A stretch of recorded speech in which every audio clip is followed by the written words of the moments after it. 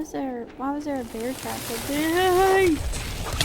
Oh, Jesus! Oh! Holy shit.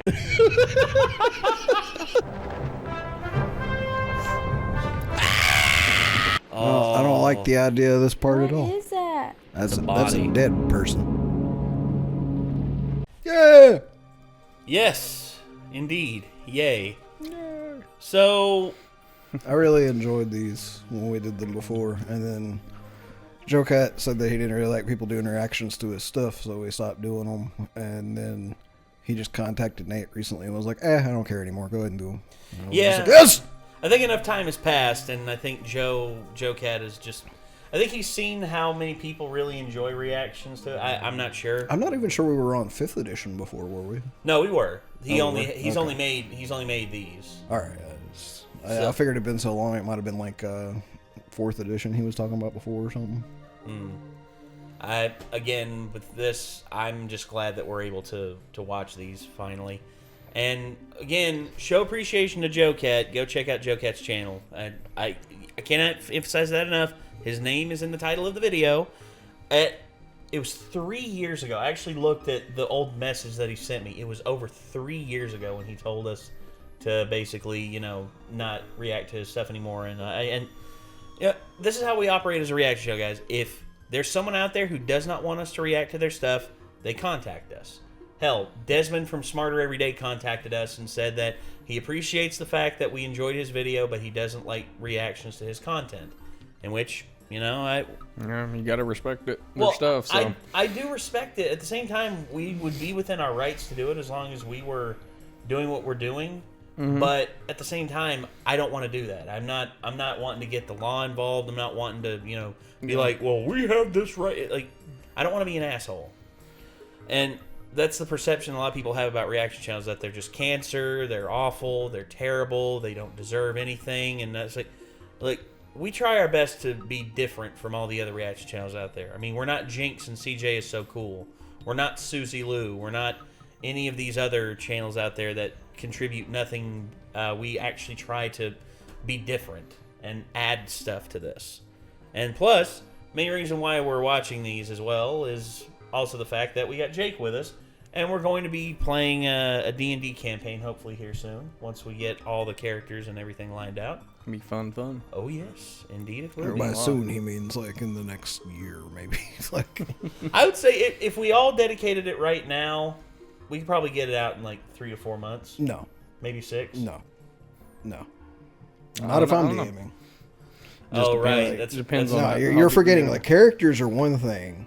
No, you have to have a campaign actually written to play. I know the campaign. No, I know the campaign thing. It's just it's gonna take me a while to write a campaign. Like, so I mean, No. once everyone gives me their character sheets, if they actually do that tomorrow, maybe in the next 3 months.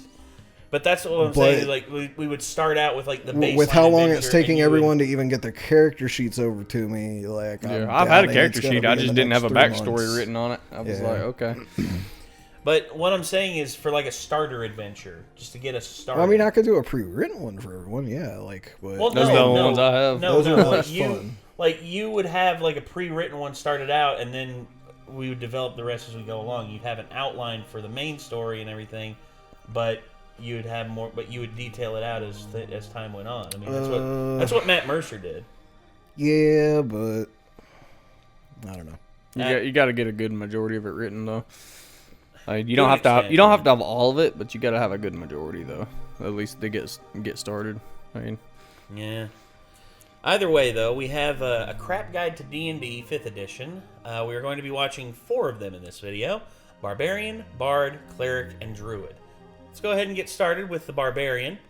Let's kick it. It's too cold outside. What shadowy hints of my easy-to-miss social life is dying, and I also want... Hold on. What the hell? Why is this not... It's not... Oh, now you activate. Stupid thing. Sorry. This thing's very temperamental. OBS is a jackass sometimes. Yes. Yes, it is.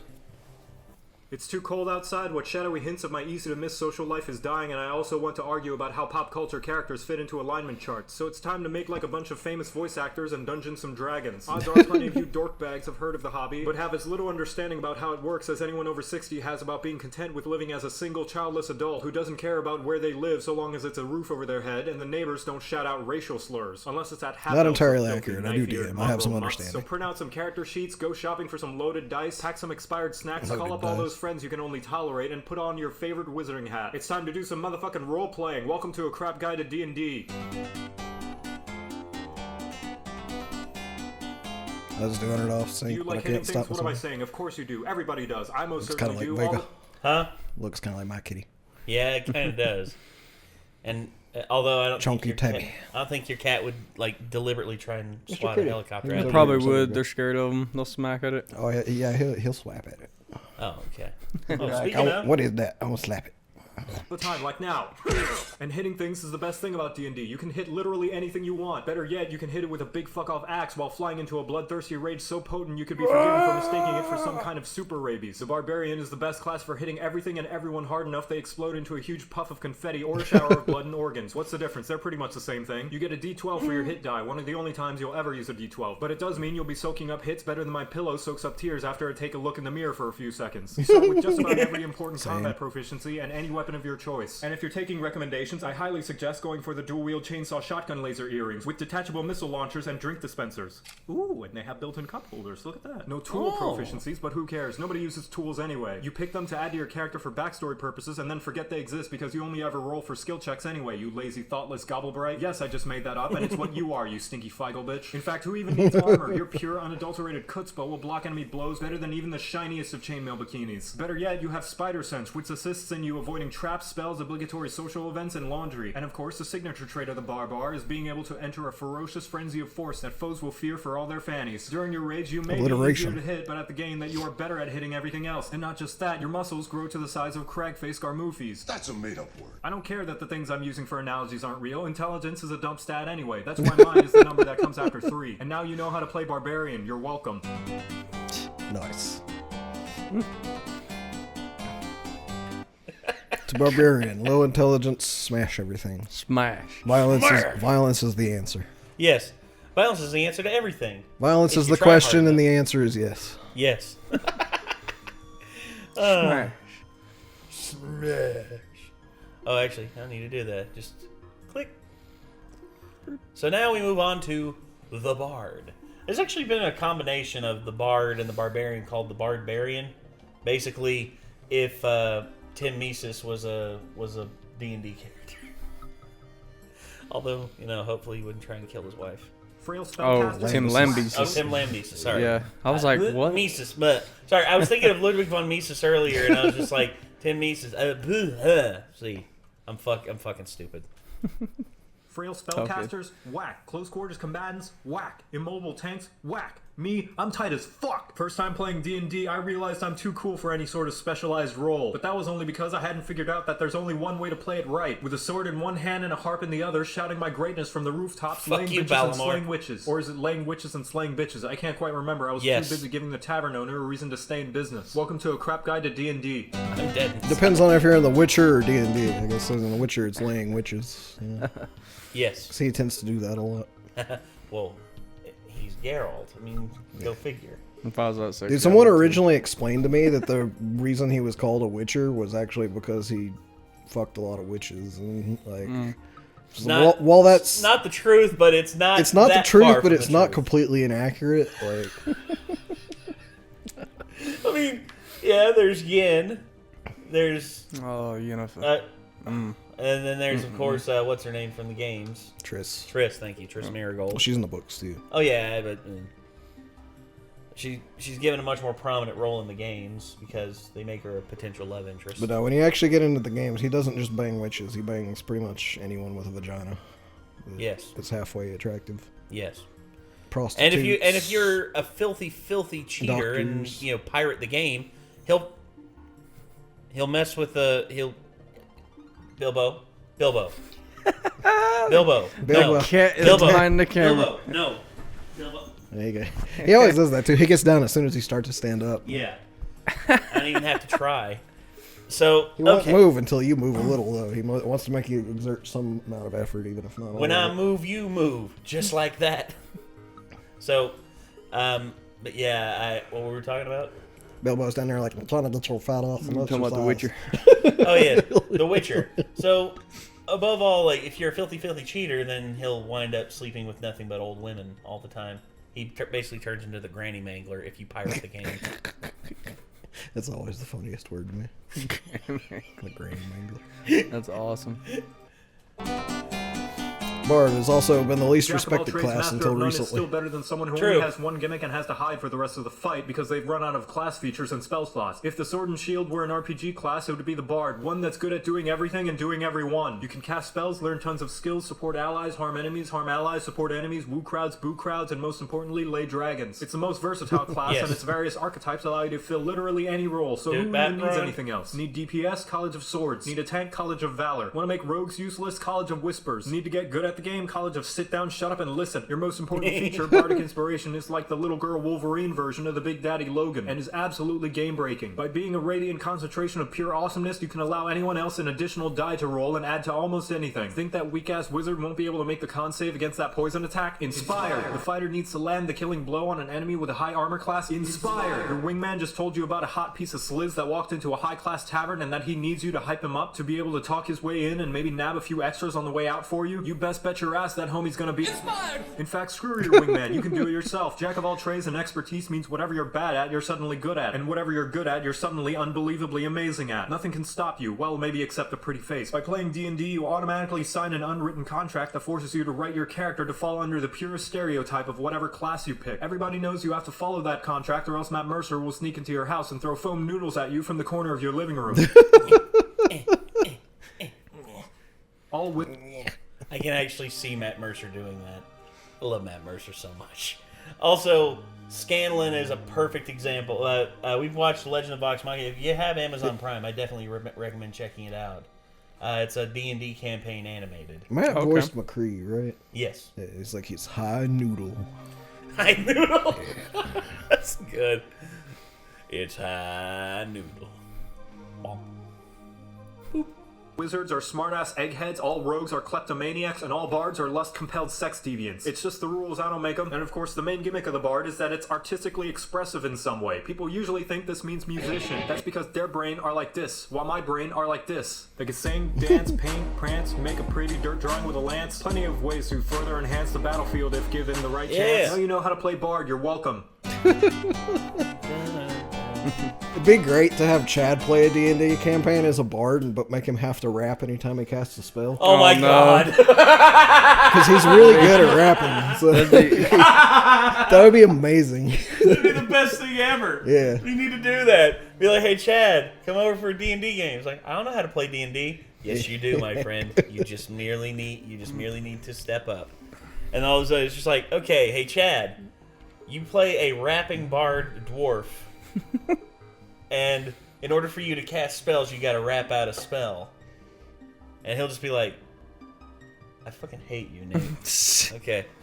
The Cleric. Yeah, that'll be like, all right, bet, let's do it. He'll probably be more like that. But he'll probably be like, it's like, I could tell y'all to suck on my cock, but don't mind me, I'm just gonna throw this rock. Whack. It's like, you've done 9 damage. Jesus Christ. By the way, you don't have to rap for throwing a rock, Chad. Like, I don't know the fucking rules. It's not a spell. It's like, I don't know the rules. It's like everybody suit up for some everybody suit up for some fun. Here comes the water gun. Oh god. Anyway, sorry. This is Crap Guide to D&D, Cleric. Now this may sound rather odd, but sometimes the best in the squad is the one with the cross who can smite like a boss by harnessing the bitch slap of God. With a mace that even ogres will flee, you'll cast and crush things with glee. Some think they're not strong, and those people are wrong. Welcome to A Crap Guide to D&D. Nice. That's a good rhyme. Nice poetry. Good rhyme.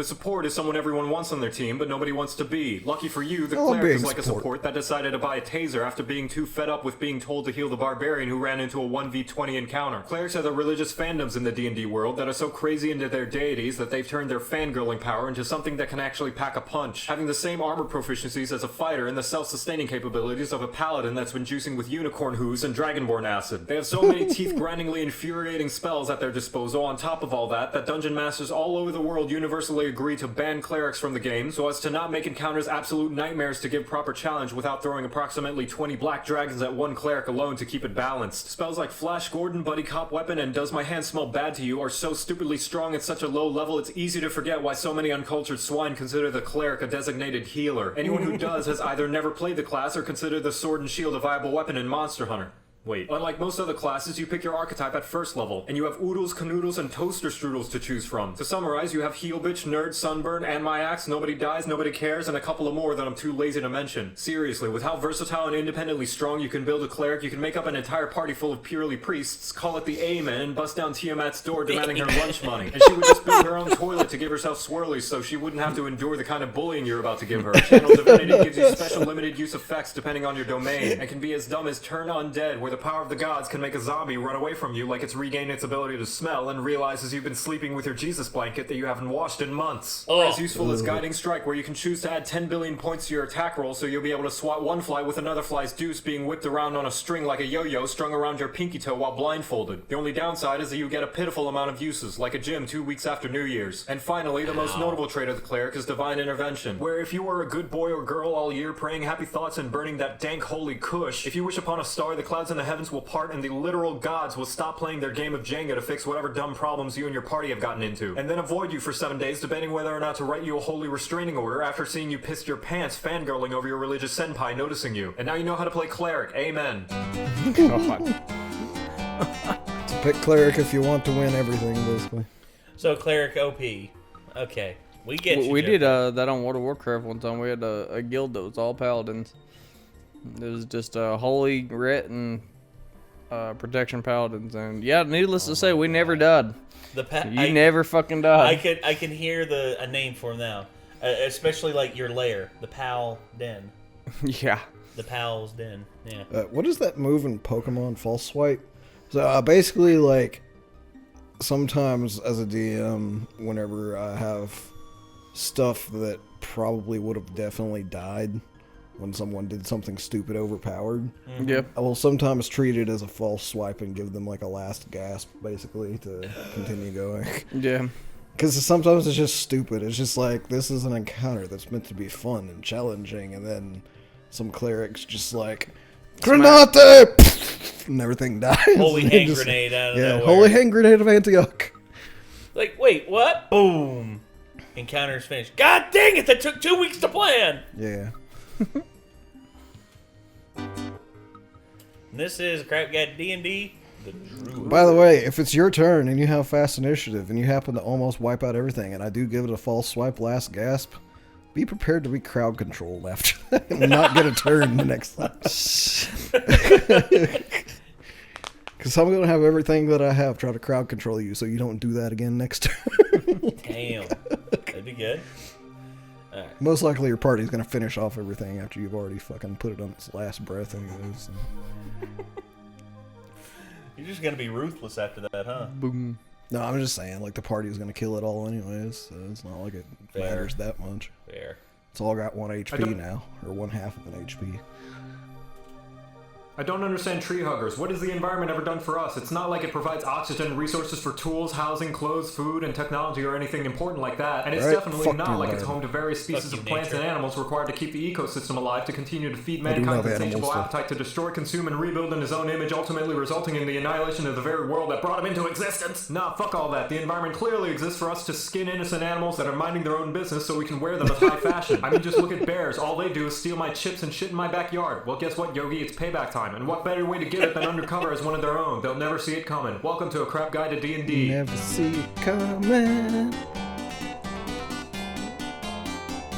The Druid is what happens when a ranger decides to fully commit to being a furry/hippie instead of just half-assing it because they're only trying to impress that sexy dryad they met in the forest that one time. They're primarily a casting class, but unlike clerics with their holy senpai, warlocks with their sugar daddies, bards with their awesomeness, or sorcerers with their rich magical parents' inheritance, Druid's magic comes from Mother Nature, and from first-hand experience I can tell you now she's an absolute bitch. Shut up, bitch. At second level, you can fulfill every furry's dream and transform into an animal, but not just any old lameo neon-colored oversaturated mess like Argent Darksnout the rainbow dog with an indie band t-shirt over there. No, I mean cool animals like my original character, Grabblejean, the nocturnal giant toad. Don't steal! Your archetype will define whether you want to be part of the forces of nature or if you want it to work for you. To list them off, land for different flavors of spells, moon for when you want to take your persona to the next level, dreams for if you secretly want to play a cleric, shepherd for if you want to be king of the wigglers, spores for if you want to reenact The Last of Us, and twilight for that sweet, sweet edge. Just like all the... I know which one you'd be playing, Nick. Not a druid. The only thing I know about druids is World of Warcraft. Edgy druid. They're similar, but the druids in D&D are just even more kind of expansive than the World of Warcraft druids. Okay. They So we turn into even more stuff. A tree for heals, so we turn into a bear for tanking, and we turn into a cat for DPS. Similar concept, but slightly That's kind of what druids do. They can battle res too, which is a really good perk of having one of them in your raid team. I think you only get one by default animal form as druid in D&D, if I'm not mistaken. You might be able to get more later though. But yeah. The classes your features improve with your level. Where druids differ is that their animal-related features mean that the beasts you summon or wear fursuits of don't necessarily get stronger, but rather they're thrown into the garbage and replaced by things with increasingly more fleas. Moreover, they gain additional features a regular animal couldn't imagine if it was high on devil weed, which gets fucking terrifying at later levels. Imagine this scenario. You're walking in the woods, there's no one around, and your phone is dead. Suddenly, spiky thorns sprout out around you, making movement painful. An adorable bunny rabbit sitting in front of you, seemingly harmless, suddenly starts shooting giant bees out of its eyeballs and turning the tree branches around you into black mambas. Design an encounter for that, Dungeon Master, and now you know how to play Druid. You're welcome. The DM's like, why? Don't worry, if we play together, I'm not gonna do anything. Please don't. Please don't do that. I'll make it very simple and realistic. Jesus Christ. Nah, it's supposed to be high fantasy. It's not really supposed to be realistic. Yeah, I know, but I'll try not to push it. It's more too about far. having fun than anything. It's just like when you got a cleric in the party that's fucking up every single encounter you ever make. Like you gotta eventually. Yeah, that's when you have to push compensate back. with a bit of house rule shit, you know. Yeah. Otherwise, nobody else in the party gets to do anything fun. You make the people in the party bang them over there. I have that problem a lot no matter what bug. class I play though, because I tend to just like find broken shit in every class I pick in Dungeons and Dragons. Like, I had a sorcerer at one point, and they had a shatter spell. When this was in more of a lax kind of campaign as well. Like the dungeon master would let us do what we wanted to do, even if it wasn't in the rules somewhere. He would just have us roll dice for it, you know. Yeah. But I had a shatter spell. And I had a chain spell, and he threw a dervish at us that was supposed to be the boss for the day. A what? A dervish. It's basically that sounds like a. It's a whirling cloud pastry. of blades. Oh, okay. So it's basically a blade elemental. Like it's just swords and axes and shit flying around, and I'm like, so those are all considered like, you know, something I could shatter, right? And he's like, yeah. I was like, so I cast chain shatter on it, and he was like, okay, roll for it. I rolled 2 20s. Good God. And just shattered his boss into nothing. Disintegrated. If I rolled that dice 100 really times, I don't difficult think I'd boss ever into get dust. 220s. I was just like, I don't know how I did that, but he was like, all right, Magic. well, we're done for today because that was my boss for the day, and he just fucking killed it in one hit. So there you go. Annihilated. That's how it goes, man. But yeah, that was our last one for the day. Damn, these are fun. They're short and fun. I love it. Yeah. Crap Guide to D&D, 5th edition.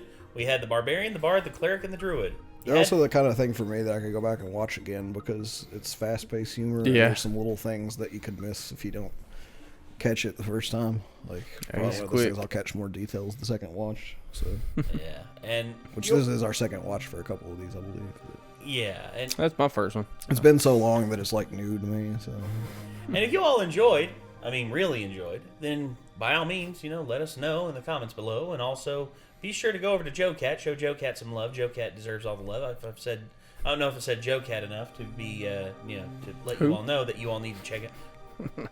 No one. Never mind. If you can't tell, Nate's really grateful that he, also very grateful that he decided to let us react to these again. Oh yeah, I mean, I remember 3 years ago when he told us that, I was like heartbroken because not only was it me, but also Gabriel, one of our longtime supporters and a huge fan of Joe Cat, basically was like heartbroken as well because he was just like, "Oh man, I really liked y'all reacting to it." It's like we enjoyed reacting to it too, man. It's just that's how it is.